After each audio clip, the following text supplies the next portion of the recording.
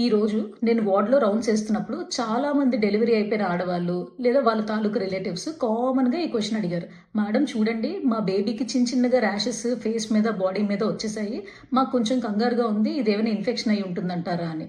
నేను ఈరోజు ఒకటే చెప్పాలనుకుంటున్నాను. ప్రతి ర్యాష్ ఇన్ఫెక్షన్ అవ్వాల్సిన అవసరం లేదు. హాయ్, ఐఎమ్ డాక్టర్ ఊహా శ్రీనివాస్, కన్సల్టెంట్ గైనకాలజిస్ట్, వీరా హాస్పిటల్, విశాఖపట్నం. ఇప్పుడే పుట్టిన పిల్లలకి స్కిన్ అనేది చాలా సెన్సిటివ్గా ఉంటుంది. దానివల్లే చాలా వరకు rashes completely normal. For example milia. ఇదేంటంటే ఇవి ఒక చిన్న చిన్న yellow or red colour rashes mainly nose and cheek ఏరియాలో వస్తుంది. ఇది యూజువల్లీ కంప్లీట్గా హార్మ్లెస్ అండ్ ఇది 2-3 వారాల్లో వాటంతట అదే తగ్గిపోతుంది. రెండోది వచ్చేసి బేబీ యాక్ని. మామూలుగా మనకి ఎలా అయితే పింపుల్స్ వస్తాయో అప్పుడే పుట్టిన పిల్లలకి కొన్నిసార్లు హార్మోన్స్ వల్ల yellow or white colour pimple like spots వచ్చే అవకాశం ఉంది.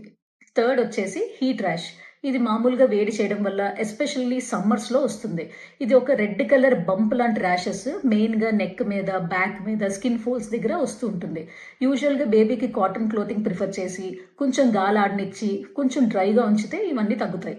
కానీ ఒకవేళ ర్యాష్ స్ప్రెడ్ అవుతున్నా, దాని నుంచి పస్ వస్తున్నా, బేబీకి ఫీవర్ ఉన్నా, లేదంటే బేబీ ఇరిటబుల్గా ఉన్నా ఖచ్చితంగా మీరు ఒకసారి డాక్టర్కి చూపించాల్సిన అవసరం ఉంది.